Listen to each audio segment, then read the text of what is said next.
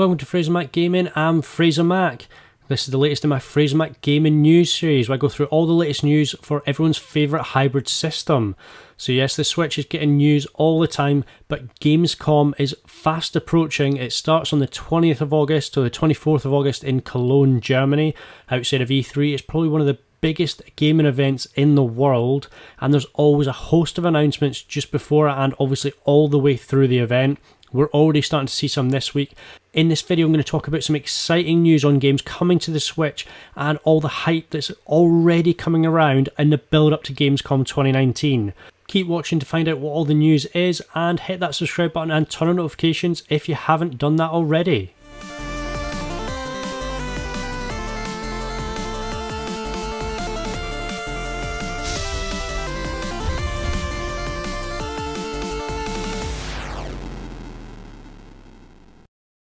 At the end of the video, I'm going to talk about some big news from THQ Nordic and a revival of a classic franchise, but I'm going to start right now with Decay of Logos. It's from Rising Star Games and Amplify Studios, and it's a gorgeous open world adventure game. It just looks like an amazing Zelda inspired kind of action adventure game. You know, people have talked about having elements like Dark Souls, but obviously you can see the Breath of the Wild vibes here.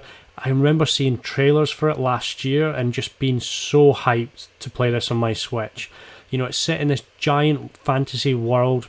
There's all kinds of characters like kings and knights and wizards, ancient species, mystical creatures. I mean, the spiel for the game is just, it gets me so excited, but it looks fantastic. Decay of Logos arrives on Switch August 29th. It will be available on other consoles and Steam, but I'm obviously going to be playing it on my Switch. Up next is another game that's suddenly getting a release date on Switch, and it is Invisigun Reloaded. Now, it takes a lot to get something that's fairly original and a surprise drop for me. I also keep on top of a lot of indie news and a lot of games that are incoming that are really well hyped. But Invisigun Reloaded, I have to say, it's not something that I had heard of, but the concept sounds fantastic. It is the ultimate stealth battle adventure where everyone's invisible. It's a huge game of risk and reward, and it looks fantastic. Obviously, pixel art is something we're very familiar with on the Switch, but it does look gorgeous. The idea of the game and just the sheer terror I can imagine each step will involve, you know, it's just set up for these wonderful battles on a huge number of different maps. I mean, local co-op would be fantastic. It has a single player campaign, so there's a hero's journey where, you know, you've got to go through these different levels, develop your style, develop your mastery of the abilities, and obviously master that kind of risk and reward element. You can battle online, you can choose one of 12 different heroes. There's competitive deep hide and seek, so you can count your steps to find the perfect hiding spot, wait for your foes to reveal themselves, then pounce. I'm just getting excited thinking about the idea. It's really novel, it's really interesting, it's something different.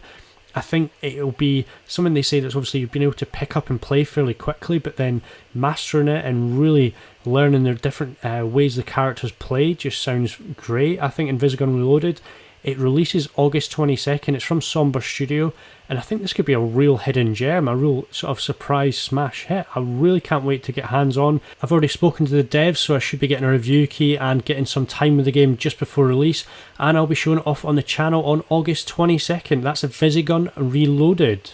In the build up to Gamescom, there's also been some great news for collectors on the Switch. Yep, Iam8bit.com have announced that they are releasing more Switch games. So they previously announced that Gone Home's getting a physical release, and now 2 more games are going to get the 8bit.com treatment. So first up is Donut County. It's Ben Esposito's 6 years of solo development hell. Well, it might not be hell, but he spent obviously a long time developing it on his own. He was actually a designer on What Remains of Edith Finch and The Unfinished Swan. So essentially, you are trying to swallow up all kinds of different items using a donut-shaped hole. It sounds fairly simple. You get bigger as you go on, and you can attract bigger items. I've not played it yet myself, but a lot of people love it, and I think it's going to be one of those.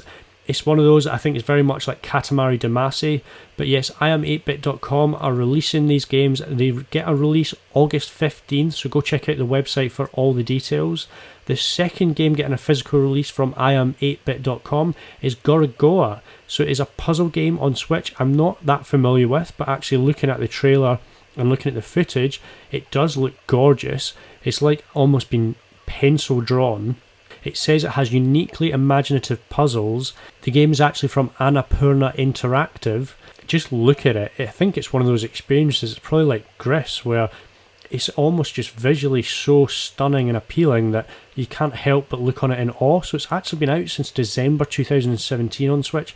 I hadn't come across it, but it essentially looks like the puzzles are almost like a hand-drawn comic book come to life. It's a mix of storytelling and puzzles. It looks charming. You know, I'm really interested in this. Again, it's getting a physical release from iam8bit.com. The game goes on sale August 15th, so you can pre-order. There's only going to be 5,000 copies of each of these games, but they're going to have some special items, artwork from the devs, and I think there'll be some really cool additions to any Switch collection. We're almost at the end of the video, and we have a big surprise announcement from Taito, and it's a return of a classic franchise in Bubble Bobble. So Bubble Bobble, if you're not familiar, is a platforming game that was very, very famous in the arcade. So all you Stranger Things fans, Bubble Bobble was a massive hit in the 80s when I was very, very young. And Bubble Bobble is returning in Bubble Bobble 4 Friends. It's going to be a 4-player co-op game that's exclusive to Switch. It'll get a physical release, and it's coming to Europe before America. It's coming out November 19th, and then it's going to release in 2020 in North America.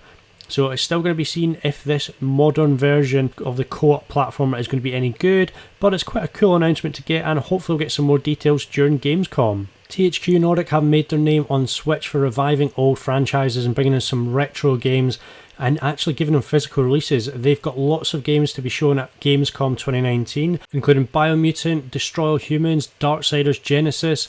There's games galore that they're going to be showing off. They really are doing a great job at the moment of reviving different franchises, kind of franchises from yesteryear. And the news today is that they've got Steve Ellis involved now to try and revive Time Splitters. So yes, they talked about this as part of their financial releases, and they're going to look at what their potential first steps could be to revive the franchise. What that means, who knows, but obviously Time Splitters is very, very famous from those kind of early days on the PS2, kind of GameCube, Xbox, back in the kind of early 2000s. Obviously Time Splitters, first person shooter game, it was very popular, had a really cool story mode, really stylized, very, very different from the kind of games you get now like Call of Duty, etc. in The Division. You know, this, it's not a realistic shooter, but it had a real style about it. Time Splitters 2 is probably where it really hit its stride and got its greatest reviews. You know, it was really pushing high like 80s and 90s on kind of Metacritic type scores, so really strong reviews. Time Splitters, it's a thing that people often want. It's kind of synonymous with the GameCube for Nintendo fans. Fans have been really clamouring for a Time Splitters revival for some time now, and after the initial 3 games, Time Splitters 4 started in stock production a number of times. Some fans tried to make a mod version that would be Time Splitters 4, but it's been 2005 was the last game that was released, and I know obviously there's been people asking for this for some time. A first person shooter with Nintendo's kind of styling, this kind of dark comic book look. I think that would be really cool. I think the Time Splitters franchise, it's one that I think people really would latch onto. There's obviously a big revival of kind of retro style games or modern remakes of retro games right now. I think that would be really successful on the Switch and on other platforms. So I'm interested to see more. I've not played a lot of the Time Splitters games, but people really do talk very highly of them. That's all the news though I've got about Gamescom so far. I'm going to be covering lots of more information and giving a lot more videos around the kind of Gamescom content. So I hope you've enjoyed the video. Please hit that subscribe button and turn on notifications if this is your first time. You know, I'd love to hear in your comments down below anything you're looking forward to from Gamescom, any of the announcements, anything you think of what I've talked about today in the video, or any other sort of games you'd like to see in 2019 or news you'd like to see in 2019 and beyond. So I hope you enjoyed the video, and I'll see you on the next one.